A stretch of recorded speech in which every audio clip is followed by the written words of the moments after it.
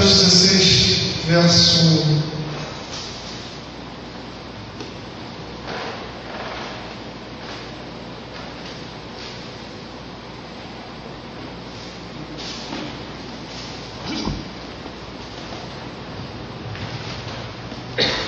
13 até o 20.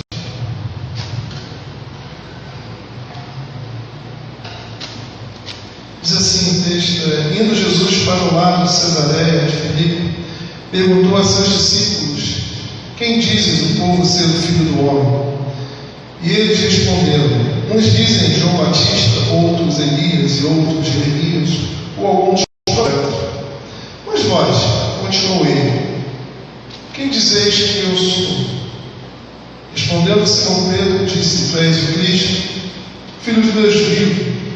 Então Jesus lhe afirmou: bem-aventurado és Simão Bar-Jonas, porque não foi carne e sangue que te revelaram, mas meu Pai que está no céu. Também te digo que tu és Pedro, e sobre esta pedra edificarei a minha igreja, e as portas do inferno não prevalecerão contra ela. Dar-te a chave do reino dos céus. Que ligares na terra terá sido ligado nos céus, e que desligares na terra terá sido desligado nos céus. Então advertiu os discípulos de que a ninguém dissesse ser ele o Cristo. Vamos orar. Deus, graças te damos pela tua palavra lida, pela tua palavra que também está agora exposta, e que o Senhor venha falar aos nossos corações. A tua palavra com a ação do Espírito Santo gerando vida para a glória de Deus.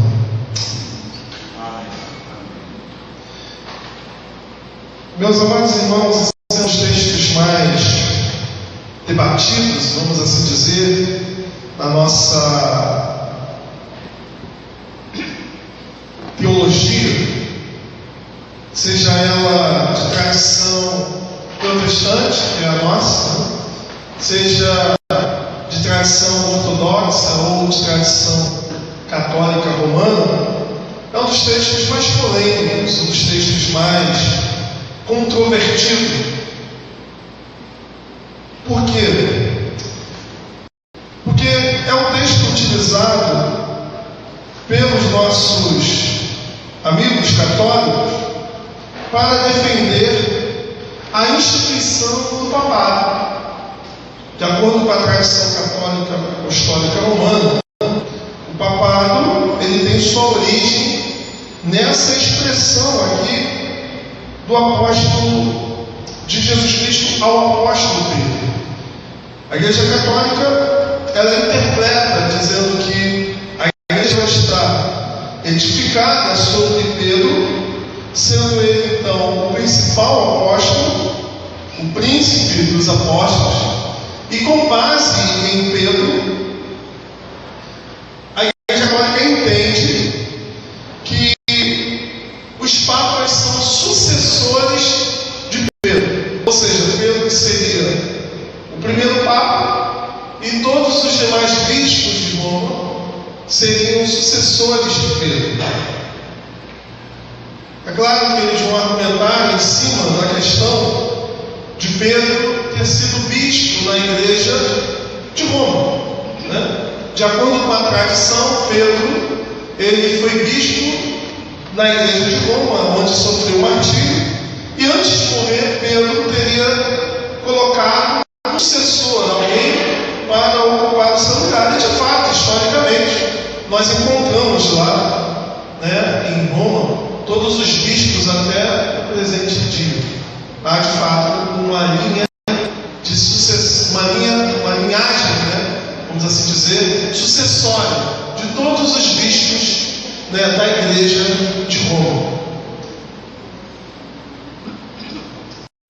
Outra possível interpretação desse texto, que é a mais usada pelos protestantes, por nós protestantes, é de que a pedra sobre a qual a igreja foi edificada seria a confissão de Pedro.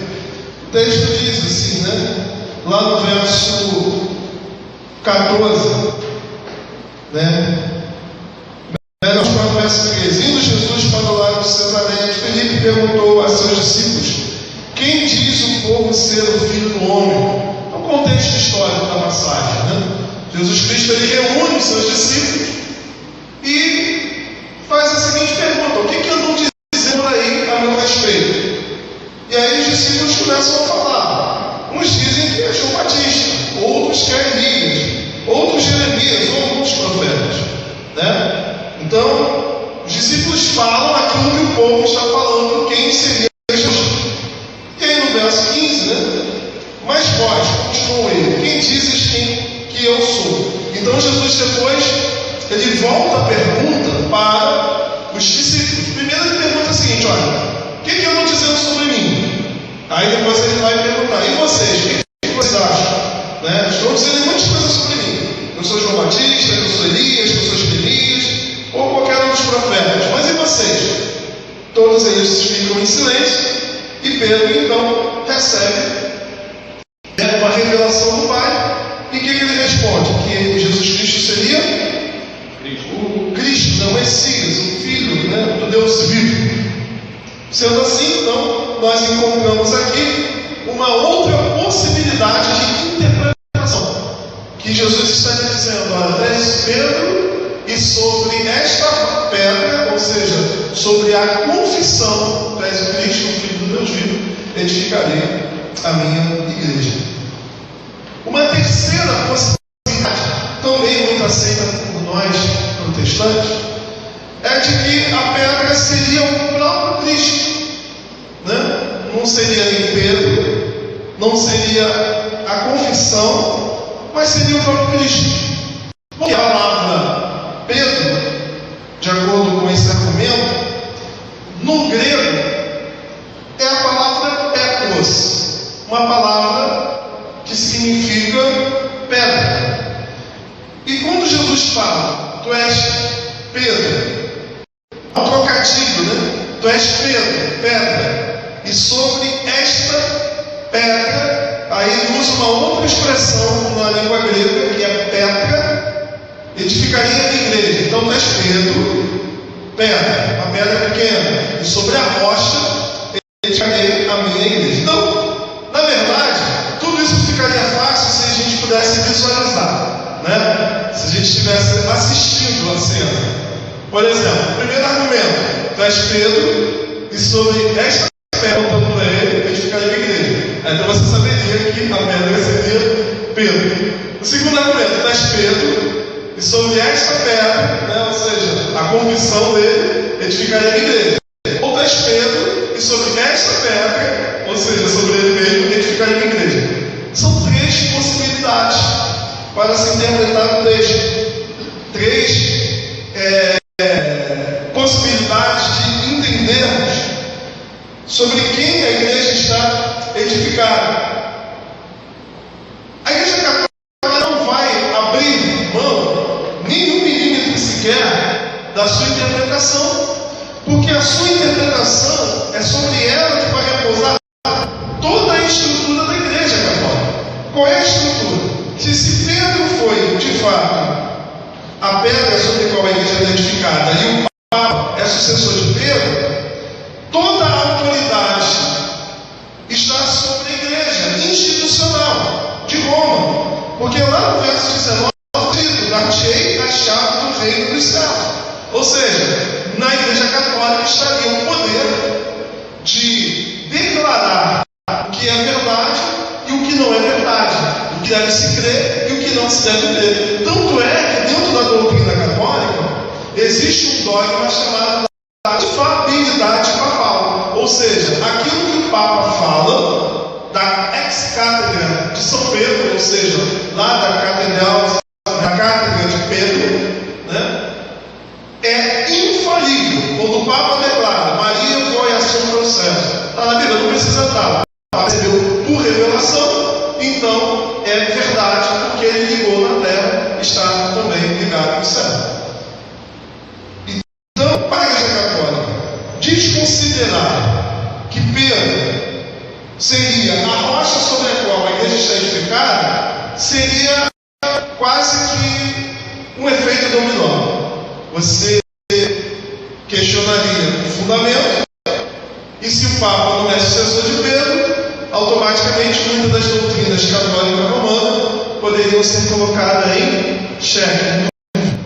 Por outro lado, protestantes também, não querendo analisar o texto por si só, para não dar margem para o católico, ele também não vai pensar na possibilidade de Pedro ser da rocha. Porque se que o Pedro é a rocha, o católico vai para o dia e vai dizer, tá vendo? Sempre tive razão. Sempre tive razão. Então fica essa discussão de pedreiro, né? Se a pedra. Fica esse debate aí. Se a pedra é Pedro, se a pedra é a confissão de Pedro, ou se a pedra é Cristo. Aí fica uma questão também, meus amados irmãos, que ao longo da história foi e tem sido um debate sem fim. Essa questão, não apenas no meio protestante, como no meio católico. Nem todos os pais da igreja, aqueles homens que viveram próximo ao período de Jesus, entenderam que Pedro era a rocha. E nem todos os protestantes entendem que Cristo é a rocha. Se você pegar, por exemplo, a Bíblia de Estudo, o comentário da Bíblia de Estudo de Genebra, você vai ver que o autor, que é protestante da nossa igreja presbiteriana, o autor é simpático de que a rocha era de fato Pedro. Se você pegar um autor, um comentarista bíblico chamado William Barclay, que era protestante, também, Chambre, também, e diversos outros autores protestantes. Mas e aí que está?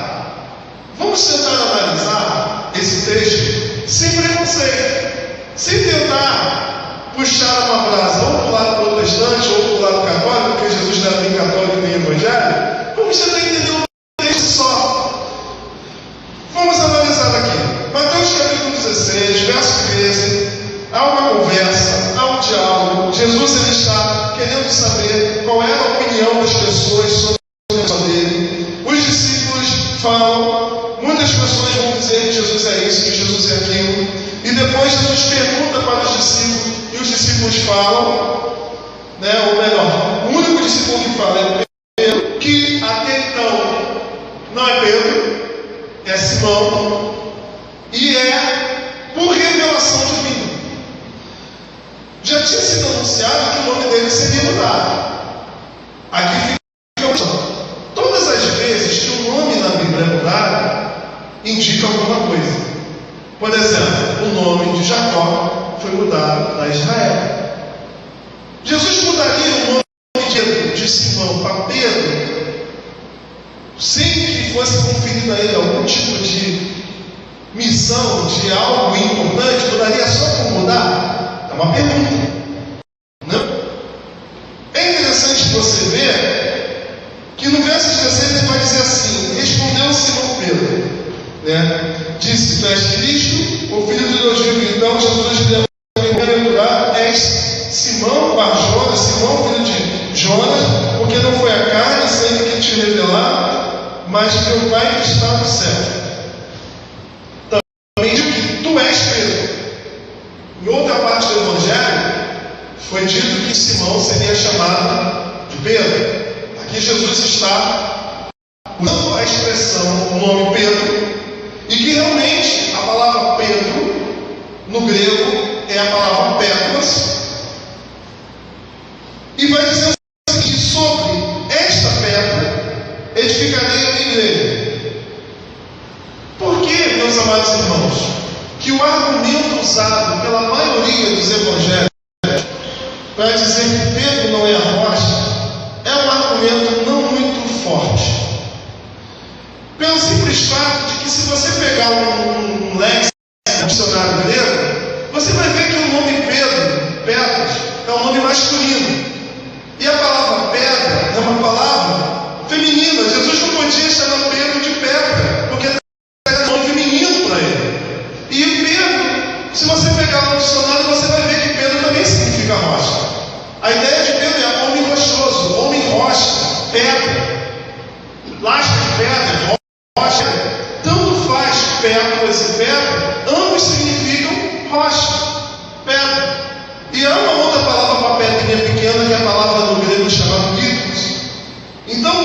argumento de dizer que Pedro é uma pedrinha pequena e é edificado sobre uma rocha, gramaticalmente não se sustenta. Uma questão também é que possivelmente Jesus Cristo usou o grego, ele falou no aramaico, e o nome é Cefas, que quer dizer rocha, e não há diferença. Tu és Cefas e sobre esta Cefas edificarei a minha igreja. Então, uma leitura natural, conforme o próprio comentarista da Bíblia de Genebra, uma leitura natural do texto é essa mesmo. Se não houvesse a pretensão da Igreja Católica de dizer que Pedro foi o primeiro, ninguém teria dificuldade de entender que Pedro era rocha. O problema é que a gente faz a leitura do texto tentando já refutar a Igreja Católica. Porque o católico interpreta correto, mas aplica de modo errado. Nós interpretamos muitas das vezes errado, mas aplicamos de forma correta. Como assim? É preciso entender que aqui é uma metáfora usada por Pedro, por Jesus, para falar sobre o início da igreja. A metáfora é de construção. Jesus é o que vai construir. Ele não é, na metáfora, ao mesmo tempo o construtor e a pedra que a construção está sendo criada. Ou ele é quem constrói, ou ele é o fundamento. Nessa metáfora aqui, ele é o pedreiro, ele é o construtor. E Pedro é a pessoa sobre a qual ele está edificando.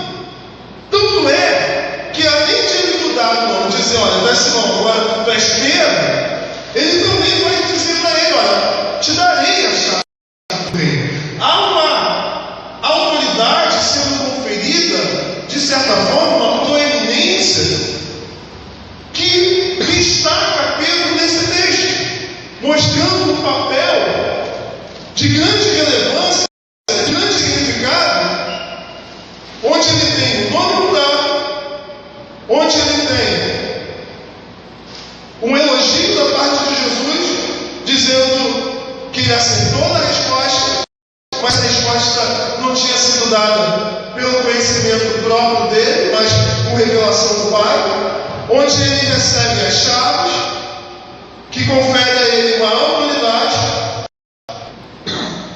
destacando ele dos demais discípulos. Aí você me pergunta, mas é estranho isso. Pedro ser a rocha, uma pessoa que lá nos versículos que depois, se você for olhar aqui, o texto vai dizer assim, verso 21. Desde esse tempo começou Jesus Cristo a mostrar aos seus discípulos que era necessário seguir para Jerusalém e sofrer muitas coisas dos anciãos, dos principais escribas, ser morto e ressuscitar no terceiro dia. E Pedro, chamou-o à parte, começou a reprová-lo, dizendo: tem compaixão de ti mesmo, Senhor, isso de modo algum te acontecerá. Mas Jesus, voltando-se, disse a Pedro: arreda, Satanás, tu és para mim pedra de tropeço, porque não cogitas das coisas e sim dos homens. Pouco tempo depois de Jesus elogiar ele, parece que está aqui um fora, é chamado de Satanás. Né? Assim, algo meio estranho, né? Mas cada texto, ele precisa ser interpretado à luz da proposta do próprio texto. Por exemplo, Jesus Cristo disse: eu sou a luz do mundo. Alguém tem dúvida que lá em João 8,12 Jesus Cristo é a luz do mundo? Não, mas em Mateus 5,14 ele diz: vós a luz do mundo. Mas quem é a luz do mundo? É Jesus ou somos nós? Não há uma contradição. Cada texto precisa ser analisado dentro do seu contexto. Jesus Cristo é a luz do mundo, mas nós em Cristo também produzimos essa luz. Em Cristo nós somos luz do mundo também. Os judeus, na sua tradição, chamavam Abraão de pedra fundamental do povo de Israel. Mas nenhum judeu confundia Abraão com Deus. Entendia que Deus é o fundamento, mas Abraão, como aquele que iniciou o povo de Israel, era a nação do povo de Israel. Se você olhar, por exemplo,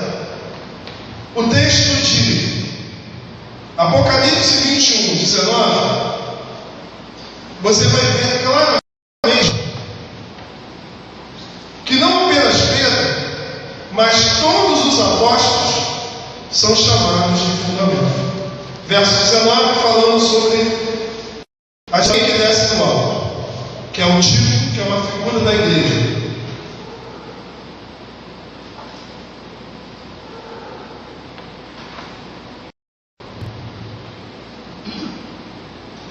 Como está escrito aí, os fundamentos da muralha da cidade estão adornados de toda espécie de pedras preciosas. O primeiro fundamento é de jaspe, o segundo de safira, o terceiro de alcônia, o quarto de esmeralda. Calma aí que tem uma outra parte aqui que fala que são os apóstolos, eu me perdi.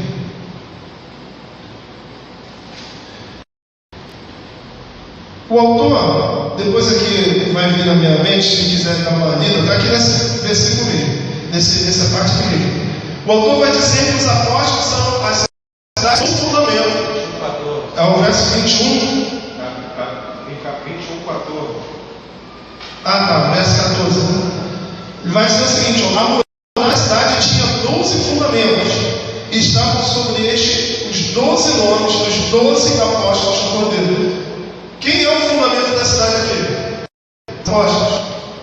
Efésios 2:20. Aí você tem que entender a metáfora do Apocalipse, a metáfora de Deus. Efésios 2, o autor vai usar uma outra metáfora. Efésios 2:20. Edificar sobre o fundamento dos apóstolos e profetas, sendo ele mesmo Cristo Jesus, a pedra angular, no qual todo o edifício bem ajustado para o santuário dedicado ao Senhor. O grande problema é que as pessoas confundem pedra fundamental com pedra angular. Pedra angular não é a pedra fundamental. A pedra angular é a pedra de esquina, é a pedra que une duas paredes, dando o ajuste. Nessa metáfora, Paulo está comparando a igreja como o quê? Um edifício. Os apóstolos e os profetas do Novo Testamento como fundamento. A base, o edifício sendo edificado e a pedra de esquina, a pedra angular, que é uma pedra que une as duas paredes, como sendo o próprio Cristo. E toda a igreja sendo edificada até alcançar a estatura de templo de Deus, do Deus vivo. É uma outra metáfora. Por que os apóstolos oferecem isto como fundamento? Eles são os primeiros a lançarem a base sobre a qual toda a igreja é edificada.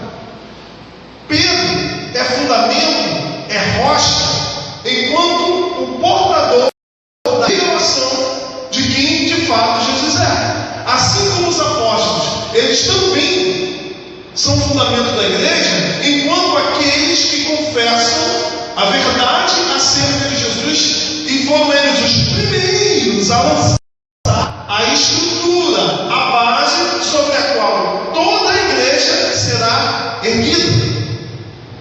Por que os católicos estão errados? Porque se Pedro é colocado como pedra, a pedra só é colocada uma vez só. Não há nenhuma menção no texto de que Pedro deixou um sucessor.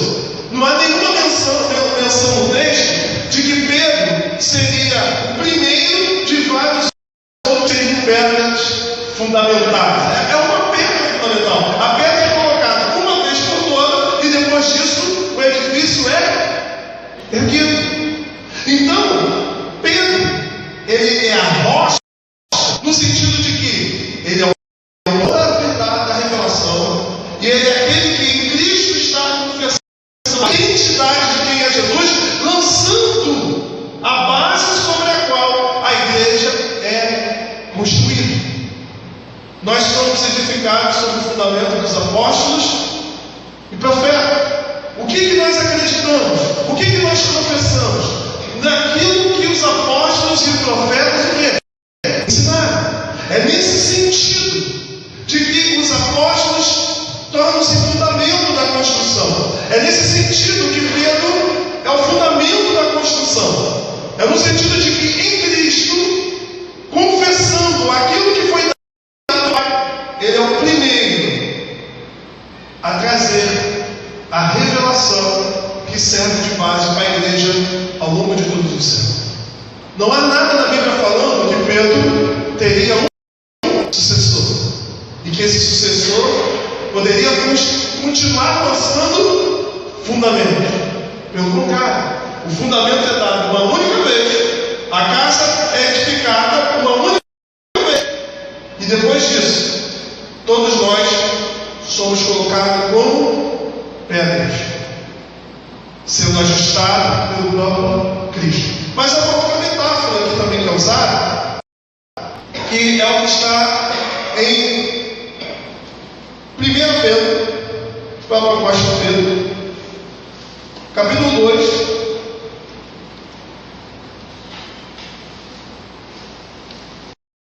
verso 4 e 8. 1 Pedro, capítulo 2, verso 4.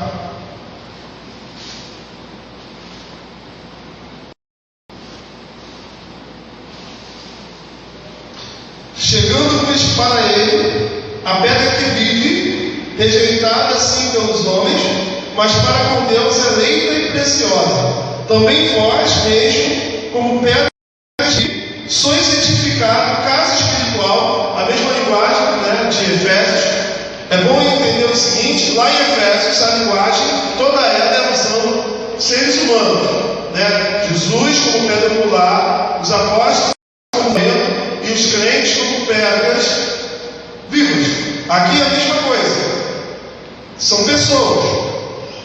Então ele está dizendo: chegando-vos a ele, a pedra que vive, Cristo, rejeitada assim pelos homens, mas para com Deus e preciosa. Verso 5: também vós mesmos como pedras que vivem, todos nós somos pedras, sois edificados casa espiritual para seres sacerdócio santo, a fim de oferecer sacrifícios espirituais agradáveis a Deus, por intermédio de Jesus. Por isso está na Escritura: este foi em Sião uma pedra angular, eleita e preciosa, e quem nela crer não será de modo algum envergonhado. Para vós outro, portanto, os que credes, é a preciosidade, mas para os descrentes, a pedra que os construtores rejeitaram, essa foi a principal pedra angular, pedra de tropeço e rocha de ofensa. Uma outra metáfora, onde o próprio Cristo também é chamado de pedra de ofensa. O que eu quero ensinar para vocês aqui nessa noite, irmãos? Primeiro, que cada texto tem que ser interpretado à luz do seu próprio contexto. Por exemplo, eu fui dar uma vez uma aula no seminário em que o professor que esteve antes, o livro tinha indicado, o autor dizia assim: todas as vezes que a Bíblia fala de serpente, serpente é símbolo do mal. Todas as vezes que a Bíblia fala de fermento, é símbolo do mal. Aí eu tive que pegar os alunos e falar: olha, isso não é verdade. O autor do livro está enganado. Porque a Bíblia fala que a serpente é Jesus também. Em 21, a serpente é Cristo. O próprio Jesus vai dizer: assim como Moisés levantou a serpente de bronze no deserto, assim também deve ser servido o Filho do Homem. Eu não posso dizer, só porque a serpente é o capeta, que todas as vezes que aparece serpente na Bíblia é símbolo do mal. A mesma coisa é fermento. Fermento pode ser símbolo do mal, mas aquela metáfora que fala do pão, do fermento que leveda a massa, ali é símbolo de crescimento. O reino de Deus é comparado com o fermento que dá crescimento à massa. O que eu quero que nós venhamos aqui é que o texto tem que ser interpretado primeiramente à luz do seu contexto. Não existe contradição entre o texto de Mateus e outros textos que apontam Jesus como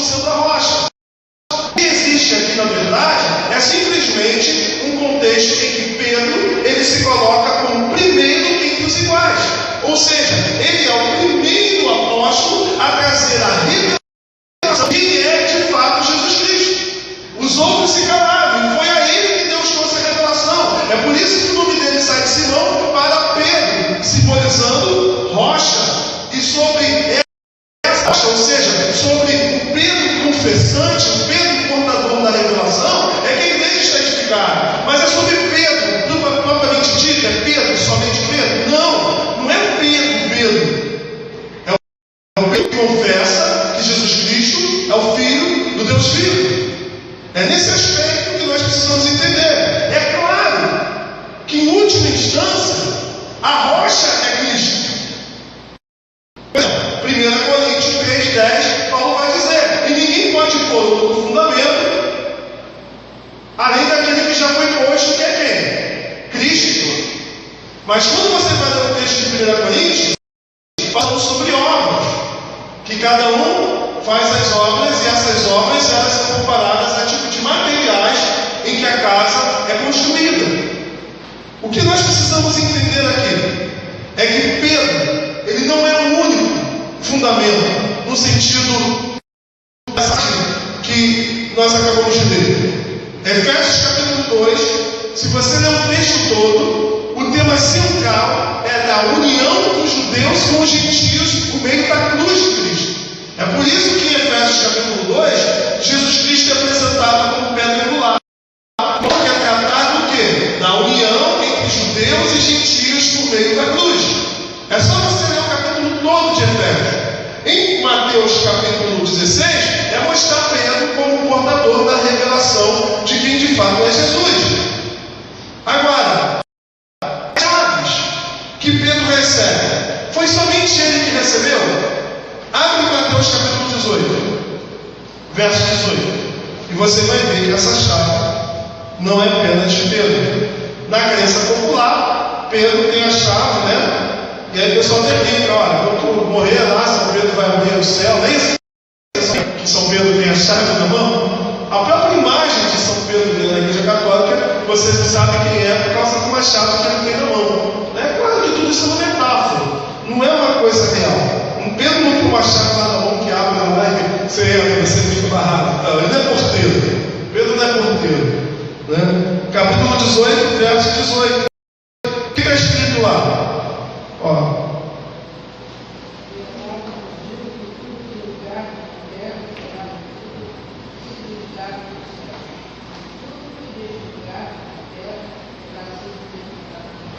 Então, isso aqui é só para Pedro? Não. Foram para todos os. Qual é o contexto dessa passagem aqui? É o contexto de disciplina. Se o irmão pecar e for repreendido, chama testemunha, aí depois chama outra, chama uma terceira. Se assim ele não quiser se arrepender, a igreja tem a autoridade de disciplinar, de excluir. O contexto aqui é de autoridade que a igreja tem. Portanto, não é Pedro apenas que recebe a chave. A chave também está na mão de toda a igreja, o colegiado apostólico e também da igreja. E olha o que está no verso 19: em verdade também vos digo que se dois dentre vós sobre a terra concordarem a respeito da coisa que porventura pedirem, ser-lhes concedida por meu Pai que está nos céus. Fala da concordância, da autoridade da igreja de ligar através da oração, a disciplina. João 20, 23 também vai ensinar sobre a questão de que a autoridade não está sobre Pedro apenas, mas sobre todos os apóstolos. João 20, 23. Vamos ver o verso 22 e depois 23. E havendo dito isto, soprou sobre eles e disse: recebei o Espírito Santo. Se de alguns pecados são-lhes perdoados, se lhes retiverdes, são retidos. Quem é que recebeu essa missão de perdoar e de reter os pecados? Só Pedro? A igreja? A igreja recebeu. Qual é a conclusão que podemos tirar? Pedro é o primeiro dos iguais. De fato, irmão, interprete a Bíblia como a Bíblia e não como a igreja evangélica quer que seja. Porque às vezes a gente tenta fazer para poder simplesmente fugir da visão do outro. gente deixa de ser sincero. Qualquer leitura natural do texto vai entender que Pedro é a pedra. Pega uma pessoa que não entende nada de igreja, de religião, de teologia. Lê esse texto. É natural. O nome mudou. Não há mudança no significado no hebraico, no grego, como algumas pessoas tentam apresentar. Então, o que nós precisamos entender aqui? Em primeiro lugar, aplicação. Indo para o final. A pergunta é: quem é Jesus? Essa é a pergunta. Quem é Jesus? Não foi isso que ele perguntou? Essa é a pergunta também. Diante dessa análise toda aqui que eu acabei de fazer, teológica, para que eu estou falando isso aqui? Para dar o entendimento do texto e trazer para a nossa vida. Não adianta ficar aqui falando de teologia se isso não tem significado prático. A primeira pergunta que faz para nós é: quem é Jesus para você? Para o muçulmano é um profeta. Para o kardecista é um instruído. Para um judeu, uma boa vontade, é um rabino. Ou para um judeu de péssima vontade, passante. Quem é Jesus para você? Cada um entende Jesus da sua maneira. Cada um entende Jesus do seu jeito. Faça essa pergunta. Cada um. Se deixar no meio evangélico, você vai encontrar opiniões diferenciadas. Quem é Jesus? Essa é a segunda aplicação. É que você só é salvo se você tem de fato o real significado de Jesus Cristo. Quem é Jesus para você? Jesus disse: se credes em mim, como diz as Escrituras. Não é se credes em mim como o Evangelho é. Não é se credes em mim como você acha, como você pensa, como o muçulmano entende. É se credes em mim conforme a revelação do Pai. Quando Jesus fala para Pedro: olha, tu és Simão, filho de Simão, Barjona, ou seja, filho de Simão, filho de Jonas. Tu é um ninguém, tu é um qualquer um, tu é um normal, tu é uma pessoa simples, Pedro. Simão, tu é uma pessoa simples. Você é mais um Silva. Tem um Silva aqui também. Você é mais um dos santos. Eu sou do santo. Você é mais um. Você é uma pessoa assim, Simão. Tu é mais uma pessoa. Tu é filho de Jonas. Lembra de quem tu és. Não foi a tua inteligência, não foi a tua formação, não foi a tua capacidade intelectual que fez entender que eu sou o Messias, o Filho do Deus vivo. Você só pode conferir isso porque a revelação do alto. Não foi a carne, não foi a tua natureza, não foi você, Pedro. Você, Simão, foi o Pai que está no céu. O Pai que está no céu, você está confessando a resposta mais importante que pode dar na sua vida. Quem é Jesus para você? Ele primeiro perguntou: o que andam dizendo sobre mim? Agora eu quero saber, você, quem sou eu para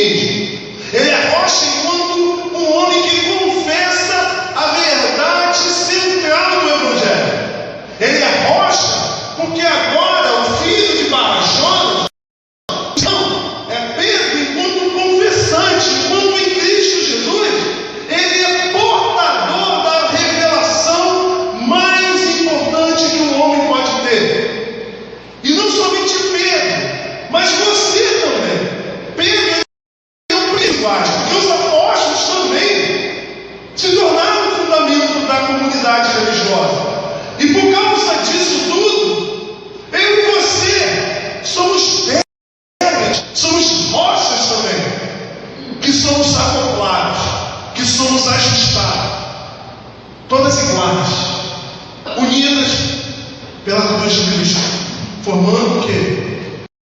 Que é a comunidade cristã, povo eleito de Deus, corpo de Cristo, templo do Senhor. Lá em Efésios, quando Paulo vai dizer que fomos formados um edifício, ele usa a expressão grego que não é a mesma expressão que fala de edifício, templo externo. Ele usa a expressão de santuário, a parte onde ficava a presença de Deus, dando a entender que quando eu e você estamos unidos, nós somos casa de Deus. A palavra igreja, edificarei a minha igreja, não é católica romana, não é presbiteriana, não é assembleia. A palavra é a expressão que o povo de Israel usava para si, povo de Deus, povo de Deus. Edificarei o meu povo, a minha eclésia. Essa é uma palavra grega que os gregos usavam para falar, quando eles saíam para formarem nas praças uma assembleia para discutir política. Jesus aplica isso para a sua comunidade, chamados para fora do pecado, tudo para formar uma assembleia santa. E ele vai dizer: edificarei a minha assembleia sobre ti. Sobre quem? Pedro em si? Não. Mas dizendo aquele que confessa sobre a verdade do Evangelho. É sobre a verdade do Evangelho que nós estamos edificados, como casa, como pedra. Eu e você somos pedras vivas, que estamos unidos. Enquanto ao longo desses 2000 anos de história está acontecendo essa assembleia, que humanamente falando, por diversas vezes ela se corrompe, ela se mistura com política, ela mata, ela toma decisões. Mas dentro da assembleia há uma outra assembleia, que é a assembleia verdadeira, que subsiste.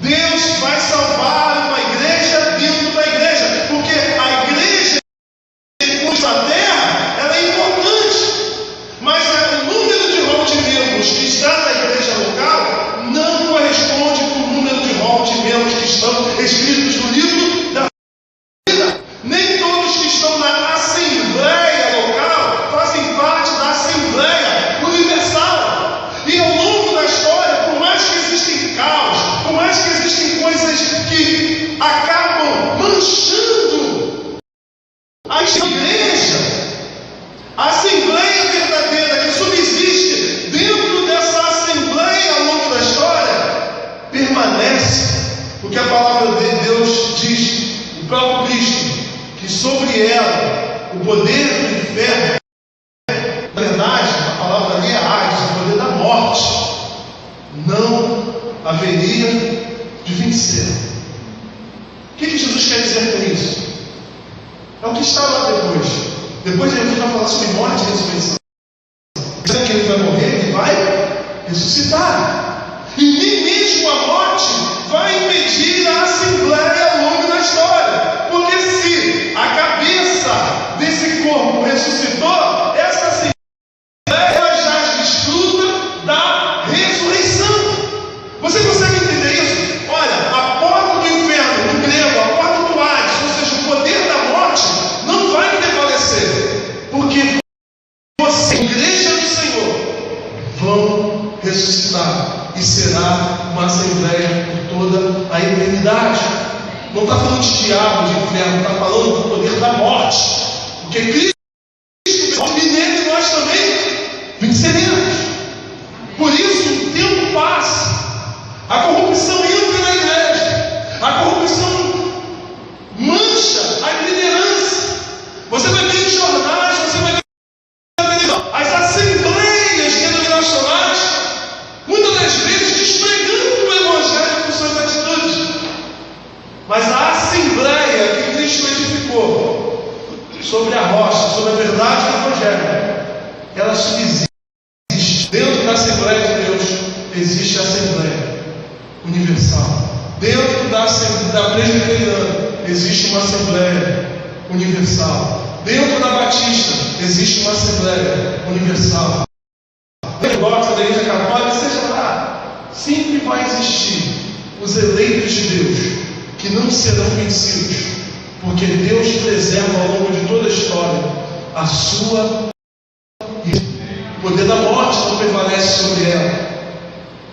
A terceira aplicação é a autoridade dessa Assembleia. Porque se nós estamos na ressurreição de Cristo. Ouvindo o Raio Paulo Ramos falando, ele disse uma coisa muito interessante: quem crê na ressurreição não se permite ser chantageado pela morte. Quem crê na ressurreição, a morte não tem poder de te chantagear. Você não se corrompe com medo da morte. Você não perde a tua fé com medo da morte. Você não deixa de falar a verdade com medo da morte. A morte não é mais uma ameaça. Porque o máximo que pode acontecer contigo é você simplesmente morrer. Você vai ressuscitar. Mas muito mais do que isso, ele vai dizer a Paulo Ramos: quem crê na ressurreição também não tem medo da vida. Porque às vezes você não tem medo da morte, mas tem medo de viver, tem medo de se relacionar, tem medo de dar nome, tem medo de investir em relacionamento, você tem medo de viver, de se arriscar. Quem crê na ressurreição não tem medo nem de morrer, mas também nem de viver, porque está escrito, porque está escondido em Cristo, porque está na ressurreição de Jesus. Tudo que te importa é agradar a Cristo, é glorificar a Cristo. E glorificar a Cristo é a única coisa que faz sentido na nossa existência. E quando nós estamos em Cristo, nós estamos na autoridade desse Cristo. As chaves que Pedro recebeu é a chave que nós temos recebido ao longo da história. A chave, a autoridade de, por meio da pregação do Evangelho, abrir portas e fechar portas. Para os judeus, lá em Atos 2, quando pregou o Evangelho pelo poder do Espírito Santo, 3 mil almas se converteram. Em parte, porque não mulheres e crianças. Pedro abriu as portas lá em Atos capítulo 10, quando pregou o Evangelho para os gentios. Ele usou a chave para abrir as portas do reino de Deus. Quando você prega o Evangelho, aquele que crê, você pronuncia que o reino de Deus é chegado, portas estão abertas. E quando a pessoa renuncia, quando a pessoa diz não, portas estão sendo fechadas. A igreja continua ao longo da história, na mesma autoridade, pregando o Evangelho, através da pregando na terra, através da disciplina, lembrando também, a fim de que a autoridade que Deus confiou à igreja seja exercida ao longo da história. Sendo assim, o que nós precisamos tomar cuidado? Você só é rocha quando você está em Cristo. Fora de Cristo, tem Pedro lá nos versos posteriores: pedra de tropeço. Enquanto você está em Cristo, você é rocha. Mas quando você não está confessando a Cristo, você é pedra de tropeço. Você só tem a autoridade enquanto você está confessando Cristo. Porque quando você não está em Cristo, você não das coisas dos céus, mas cogita das coisas dos homens. Isso é um alerta para a gente. No mesmo instante, você pode ser uma bênção aqui, porque você está ligado. Mas daqui a pouco você está na tua boca com o capeta. Está sendo pedra de tropeço na vida de alguém. Você pode ser bênção tendo autoridade, conforme Pedro. Mas você também pode ser uma maldição. Porque Pedro estava tentando impedir de Cristo ir para a cruz. Ele estava fazendo a vontade de Satanás. Não é que Pedro era Satanás. O que Jesus estava dizendo é que Pedro naquela hora estava agindo de conformidade à vontade do diabo. Enquanto estamos em Cristo, somos rocha com autoridade. Mas quando nós não estamos ligados com Cristo, somos pedra de tropeço e gostamos das coisas dos homens e não das coisas de Deus. Então que essa palavra sirva também de alerta para que possamos em Cristo Jesus ser rocha. Porque a rocha sim que nos sustenta é Cristo, mas estamos edificados sobre aquilo que os apóstolos ensinaram. Amém?